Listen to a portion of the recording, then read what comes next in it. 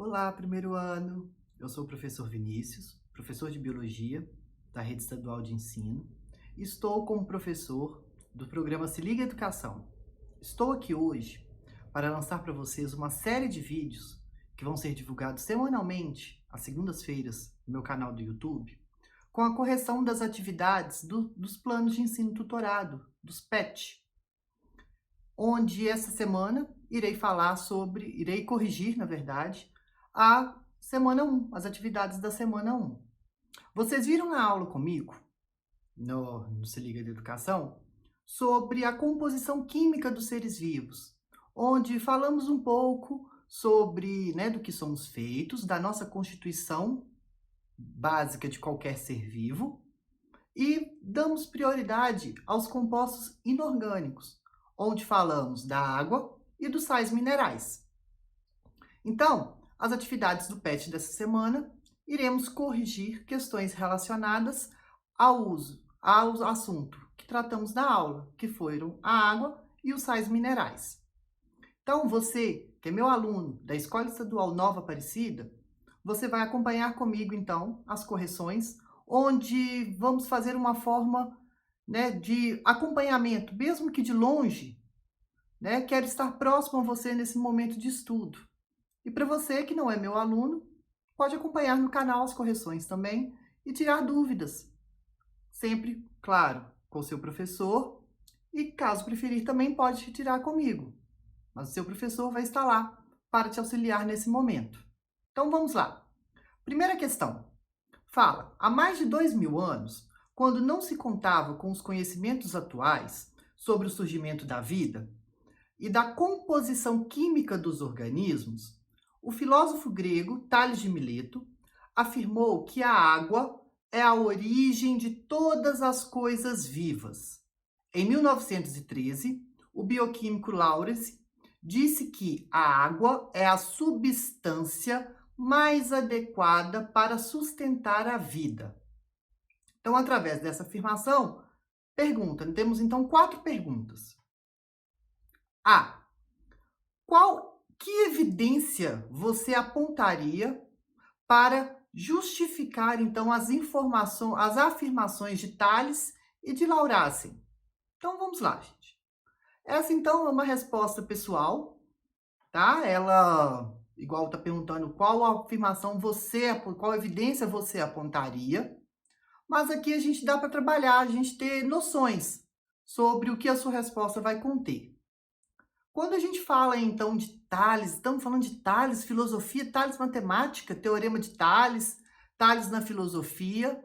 Então, a gente sabe que o conhecimento, digamos assim, os gregos, lá na Grécia Antiga, o conhecimento, ele era, aliás, as dúvidas, digamos assim, sobre a origem das coisas, a constituição e tudo mais, surgiu na Grécia Antiga com os pensamentos dos filósofos, que eles eram questionadores, e isso desenvolveu várias teorias e serviu como base para o desenvolvimento das ciências, da matemática, da filosofia, da história, e por aí vai. E aqui também na ciência, na biologia.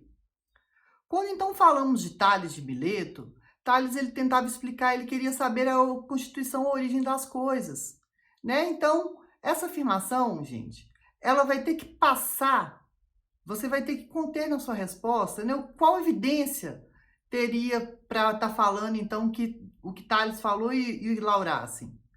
Que a água, ela é a constituição básica de todo ser vivo, ela é essencial e fundamental para que aconteça a vida. Então, a gente sabe, lá na origem da vida, na teoria dos coacervados, nós sabemos,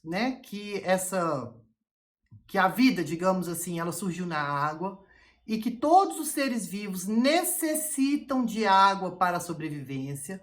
O corpo do ser vivo, a maior parte, ele é constituído de água. Nós temos aí seres vivos formados basicamente por 90% de água. Nós, seres humanos, no caso, temos 65%, 70% de água no nosso corpo. Então, a sua resposta ela deve conter isso e também relacionar as propriedades específicas que a água tem, as propriedades físico-químicas, como tensão superficial, né, o alto calor específico, como a água ela consegue regular a temperatura do corpo, ela vai auxiliar. A água como meio, né, que vai facilitar a ocorrência de reações químicas. A água como transportador de substâncias, né, ela como solvente universal. Tudo isso, então, vai estar embasado na sua resposta, que vai, claro, vai te falar. Sua resposta ela tem que conter, então, esses elementos que vai justificar e vai afirmar o que Tales e o que Laurassen falou. A letra B pergunta: por que a água ela vai facilitar, então, a ocorrência de reações químicas? Igual eu estava falando, a água ela é considerada, a gente sabe desde o 6º ano, que a água ela é o quê? Um solvente universal. Como a água ela é um solvente universal, né, ela vai ter a capacidade, então, de dissolver a maior parte das substâncias que existem no mundo, né? Ela vai fazer o quê? Ela vai aumentar, digamos assim, a mobilidade, né, dessas substâncias do nosso corpo, igual a gente sabe no sangue, por exemplo. O sangue, a maior parte dele, ele é constituído por água. O plasma sanguíneo, ele é constituído por água. Então, isso vai fazer com que ele transporte várias substâncias. E isso vai ser o quê? Um meio ideal para que essas reações aconteçam. Temos reações também de hidrólise, que são reações que vão acontecer, né, a quebra de uma substância através da água e por aí vai. Então, isso então que vai ser a sua resposta, né? A água ela vai atuar como solvente universal, dissolvendo então essas substâncias, o que vai aumentar a mobilidade e vai facilitar a ocorrência, digamos assim, do choque, dessas ligações entre elas ou da quebra. A letra C pergunta qual é a importância da água na regulação da temperatura corporal nos animais. Vamos lá, então. Essa é uma questão que vai envolver um conhecimento de física. Então, se você, né, quiser e puder perguntar também o seu professor de física a respeito do calor específico, né, e sobre conceitos de temperatura e tudo mais, isso vai te auxiliar também. Mas, biologicamente falando, a gente pode falar que a água, pelo fato dela ter alto calor específico, né, ela consegue, então, reter grande quantidade de calor, né, consegue ter variações de temperatura bruscas, digamos assim, né, variações térmicas, ela consegue ter oscilações térmicas, né, seja altas ou baixas, devido ao seu alto calor específico, e isso ela pode ganhar ou perder calor sem mudar muito a sua temperatura. Então, no nosso caso, quando estamos com febre, nós mamíferos, o que vai acontecer? A temperatura do nosso corpo irá aumentar. Então, as nossas glândulas sudoríparas, né, que vão produzir o suor, elas vão liberar o suor. Suor nada mais é do que água, praticamente água e sais minerais. Então quando a gente está transpirando, produzindo esse suor, então, a gente não fica molhado, chega a ficar molhado? Então, ficando molhado, então, o suor, a água, ao evaporar, o que ela vai acontecer? Ela vai liberar para o ambiente calor, energia. Então, essa liberação de energia para o ambiente irá regular a nossa temperatura corporal.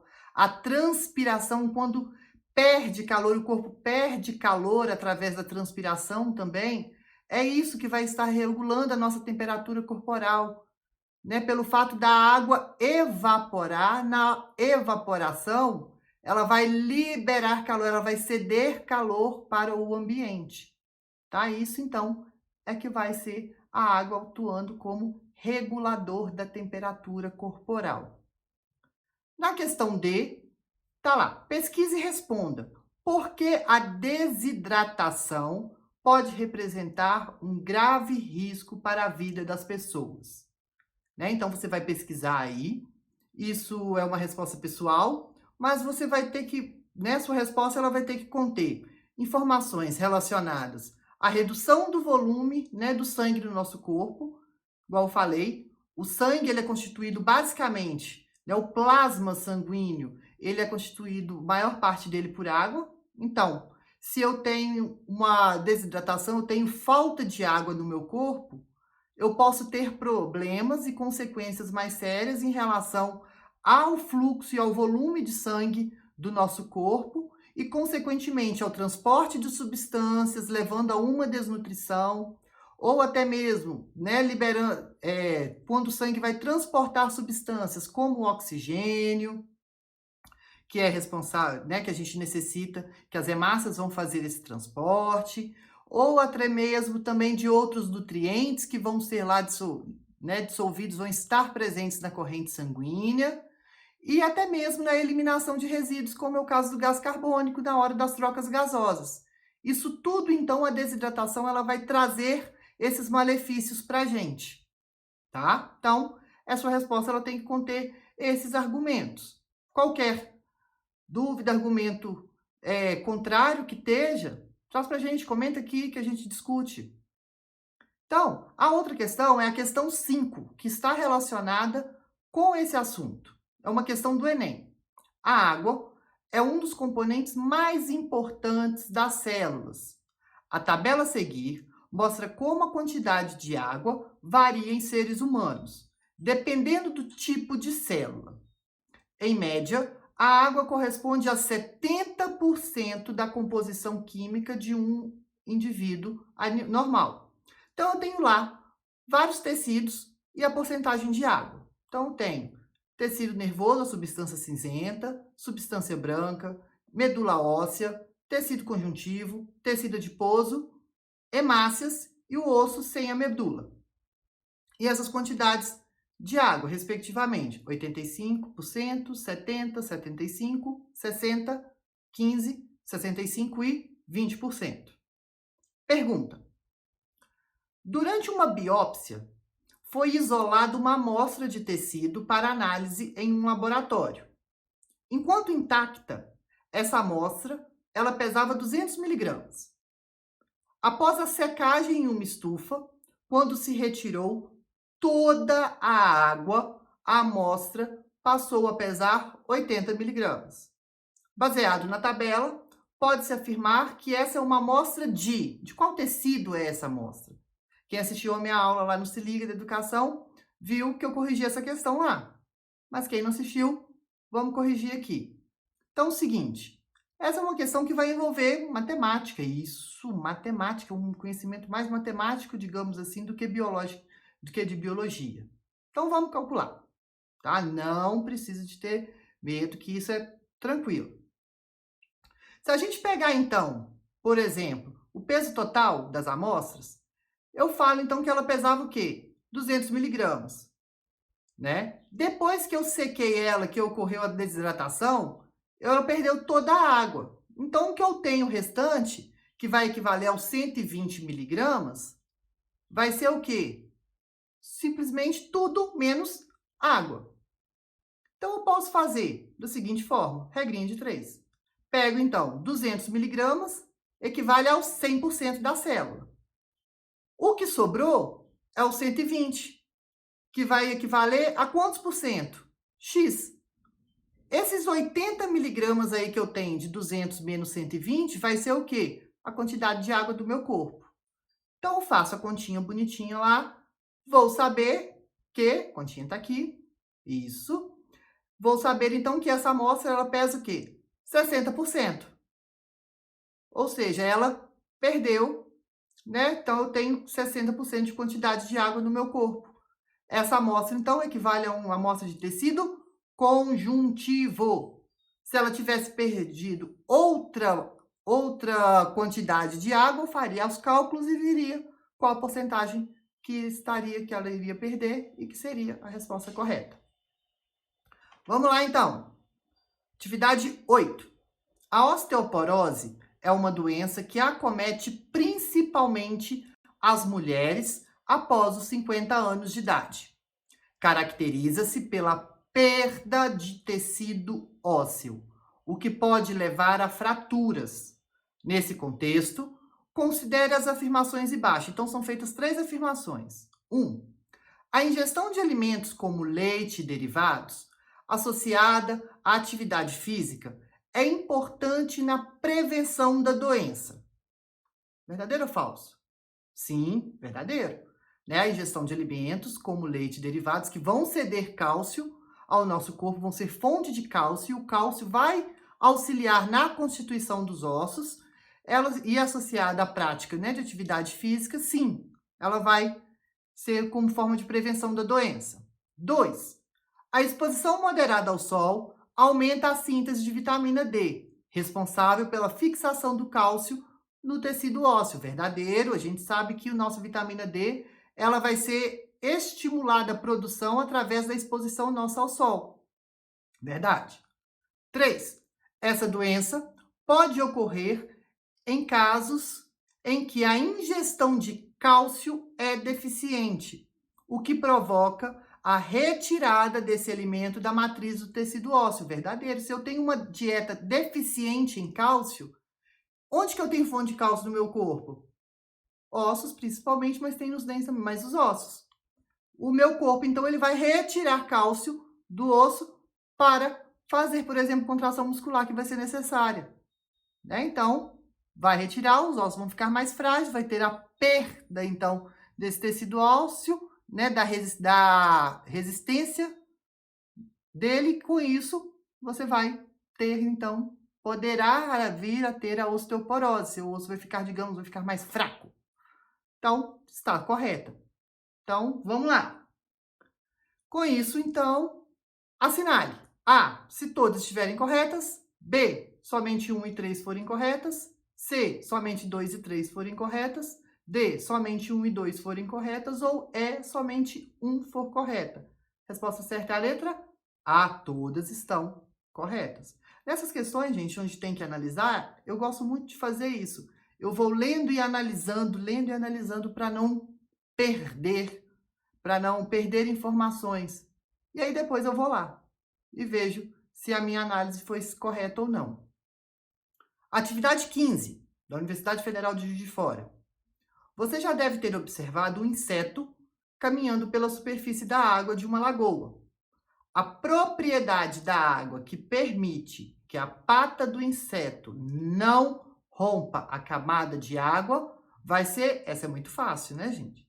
É a letra C, tensão superficial, igual tá aí. Né? A água, então, essa força dessas moléculas, então, que vai ter a força dessas moléculas, vai fazer como se vai ter uma resistência, onde, então, a pata dos insetos não consegue romper essa tensão superficial que a gente fala.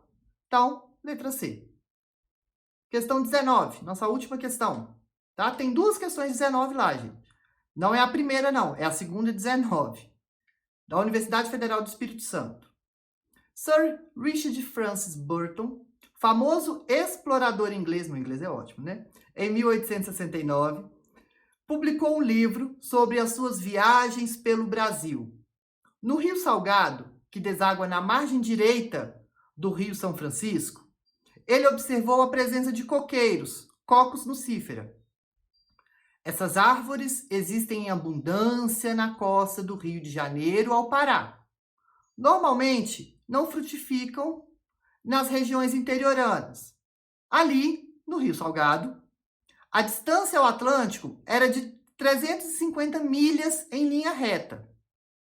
E encontramos o coqueiro crescendo. O Rio Salgado tem águas salinas ou saltirosas. O coco da Bahia, né, que é o Cocos nucifera, é encontrado em muitos lugares onde o terreno, possivelmente, o antigo leito do mar, compensa a falta do ar da atmosfera marítima. Mais adiante, Burton relata que as águas são estomacais e capazes de curar ou diminuir o bócio. Então, quando ele fala que as águas são estomacais, gente, eles querem dizer que o quê? Que as águas elas são um pouco ácidas. Né? Então, pergunta. O que é o bócio? A gente sabe, gente, que o bócio ele vai ser o quê? Quando a pessoa ela tem a deficiência, né? A deficiência do iodo né? Então, ela vai ter uma deficiência, então, na produção do hormônio da tireoide. Com isso, então, ela vai ter um aumento dessa tireoide. Então, o bócio ela é uma doença causada pela carência ou deficiência do iodo no nosso corpo. B. Qual a característica principal e o mecanismo de ação dessa doença? Então, vamos lá. Qual que é a carência principal? A glândula tireoide, a gente sabe que ela vai produzir dois hormônios, T3 e T4. E vai ser estimulada a produzir esse hormônio através de um outro hormônio que é produzido na hipófise, que chama TSH, hormônio estimulador da tireoide.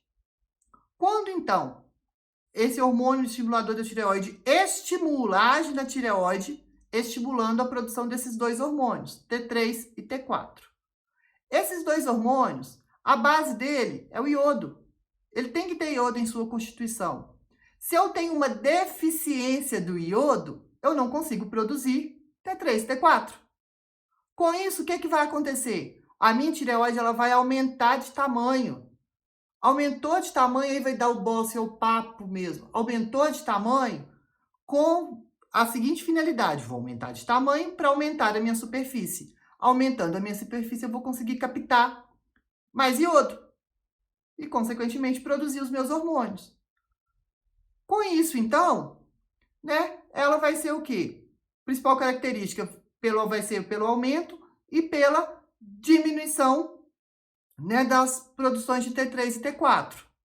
Com isso, o quadro ele vai semelhar os sintomas que essa pessoa vai ser sintomas característicos do hipotireoidismo, baixos níveis dos hormônios da tireoide no corpo. Então, a pessoa ela fica atípica, apática, atípica é ótimo, apática, lenta, né? Ela fica intolerante ao frio, ela vai engordar, ela vai ficar apática, e isso vai fazer com que ela tenha um ganho de peso, né? Porque o T3 e o T4, eles são hormônios que vão agir no nosso metabolismo.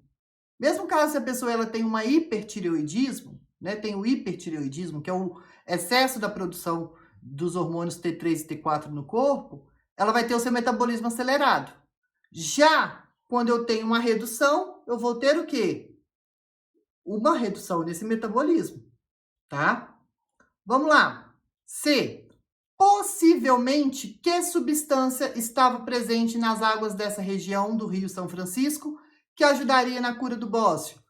Vai ser o iodo. A gente sabe que grandes concentrações de iodo tem na água do mar. D.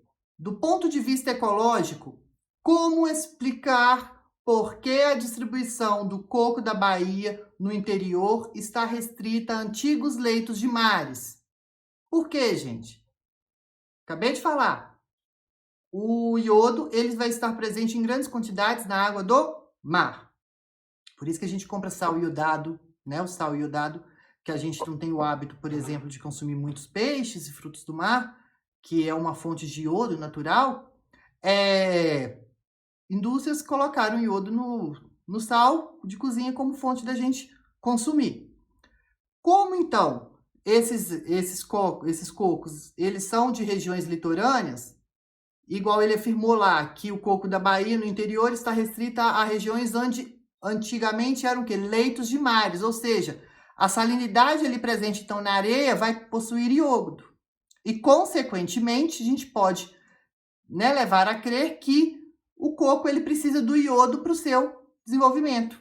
Então, o iodo ele vai ser o quê? Um fator limitante, provavelmente, para o desenvolvimento do coco da Bahia. Bem, pessoal, espero que tenham gostado da correção, espero que tenham acertado e aprendido. Dúvidas? Se for meu aluno, me mande. Se não for, consulte seu professor, mas pode me procurar também. Espero vocês até a próxima semana com a correção de mais uma semana de atividades. Até mais!